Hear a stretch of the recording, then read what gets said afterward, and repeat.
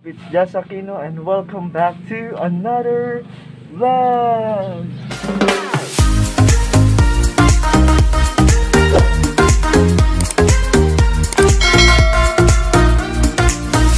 With today's vlog guys, ngayon nandito ako, kakauwi ko lang, galing tayo sa labas. Siyempre, naka-face mask tayo, di ba?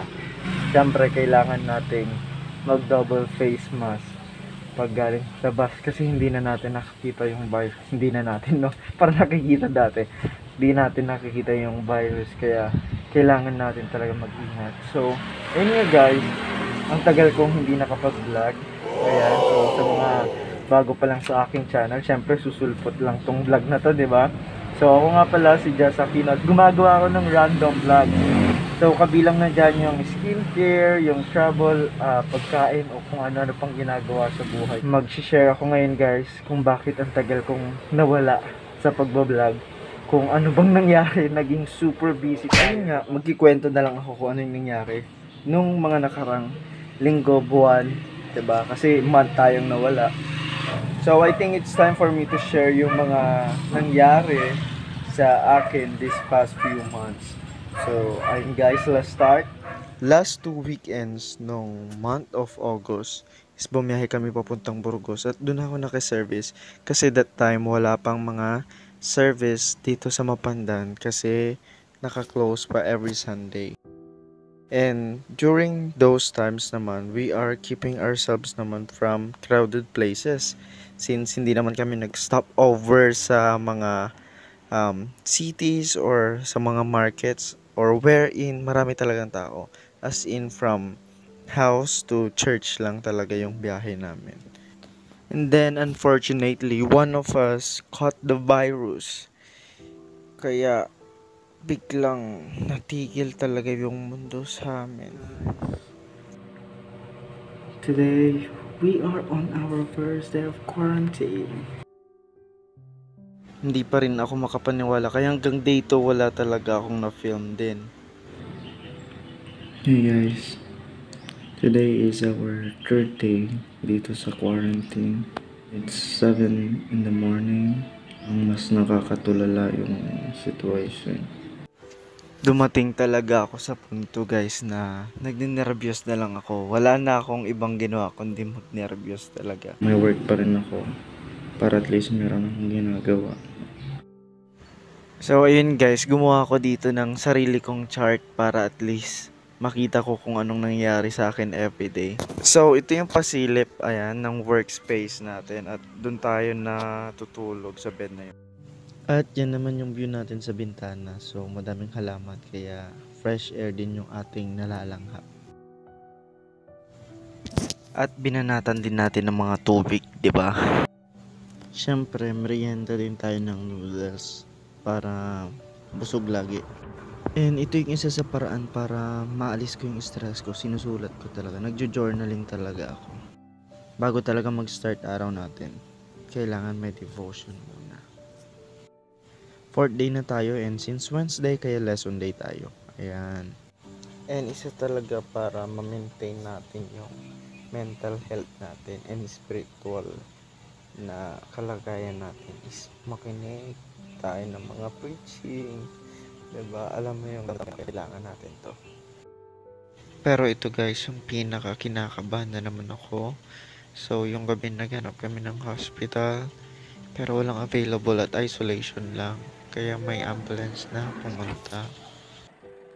And another day is a class day again. So kahit puyat, tuloy pa rin ang klase. After class, cleaning time and kailangan natin mag-disinfect. Dear friends, we are 6 feet away. Ngayon guys, so kahit gaano tayo ka-close sa mga kaibigan natin, kailangan natin ng distance para maging safe tayong lahat. Then, syempre kailangan natin mag-take ng mga vitamins. At ngayon, magtitimpla din ako ng Flumosil kasi meron akong konting plema. And sa vitamin C ko nga pala, nag-double dose na ako and yung with zinc yung iniinom ko. Immunopro tapos yung B-Well na binigay sa akin. Siyempre, maliban sa pag-inom ng gamot na try din natin magsuot-suot, diba? Ayan, pati si Kuya Franz, nagsuot na rin. And ayan, journaling time ulit kasi ang dami ko talagang iniisip. Kaya kailangan ko magsulat. At syempre, di rin mawawala yung paglalaba, diba? So, laba time naman. Syempre, mapping time naman tayo ngayon, diba?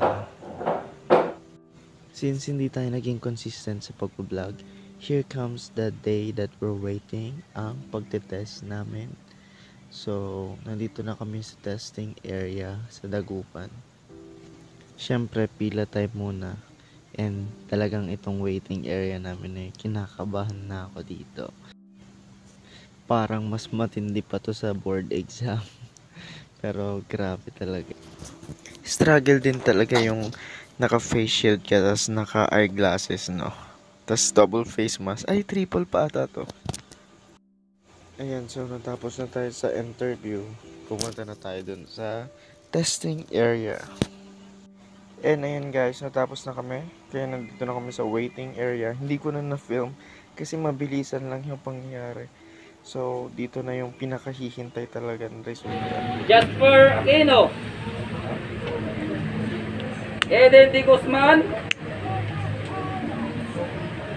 sulat po ng natawag, negative po, pwede nang umuwi. Yung dalawa, hindi kayo. At ayun na nga guys, negative tayo kaya makakauwi na tayo. Grabe, nakaluwag talaga ako dito ng sobra. Ayun guys, so naglalakad kami dahil mag-grocery pa tayo. At mukhang pasuko na ang aking tsinelas. Ayan, pero kaya pa naman. And now we're home. Ayan, so buksan natin ang ating bintana para makalanghap ng fresh air. Ayan guys, so kinuha ko na yung damit ko and nagtupi na tayo. Ayan. Kasi nga, ang usapan namin sa bahay na pag nag-negative na ako is makakauwi na ako.